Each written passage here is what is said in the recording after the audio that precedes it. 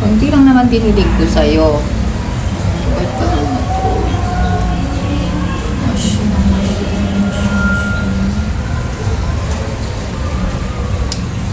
Dead. Another dead. Grabe oh, sayang. Sa ating ganda na nito eh. Hindi naman siya overwatered. Basta naman. Sayang.